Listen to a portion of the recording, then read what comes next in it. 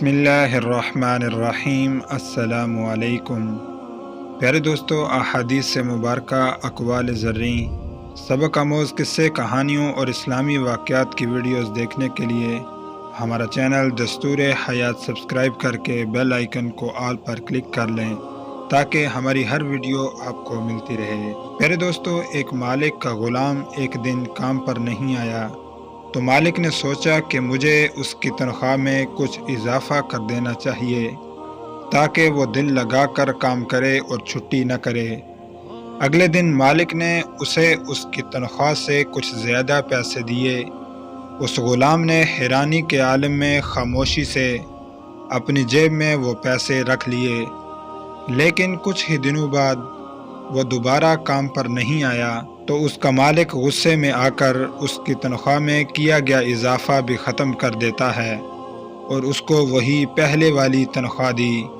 غلام نے بغیر کچھ کہے وہ پیسے اپنی جیب میں ڈال دیے تو مالک نے پوچھا، جب میں نے تمہاری تنخواہ بڑھائی تو تم تب بھی خاموش تھے، اور آج جب پیسے کم دیے ہیں تم پھر بھی خاموش ہو، ایسا کیوں؟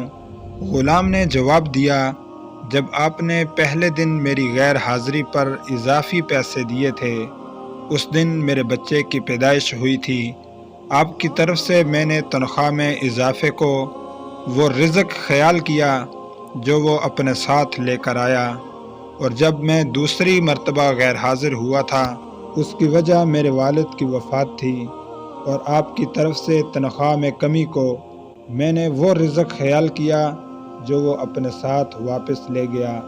تو جس رزق کی ذمہ داری اللہ تعالیٰ نے اٹھائی ہے اس کی خاطر میں خواہ مخواہ کیوں پریشان ہوتا پھروں؟ اس لیے اللہ تعالیٰ نے ہمارے حصے میں جو رزق لکھ دیا ہے وہ ہمیں مل کے رہے گا۔ اللہ ہم سب کی تمام مالی پریشانیوں کو دور فرمائے۔ پیارے دوستو، ایسی ہی مزید ویڈیوز دیکھنے کے لیے ہمارا چینل دستور حیات سبسکرائب کر لیں۔ اپنا بہت سا خیال رکھیں۔ السلام علیکم۔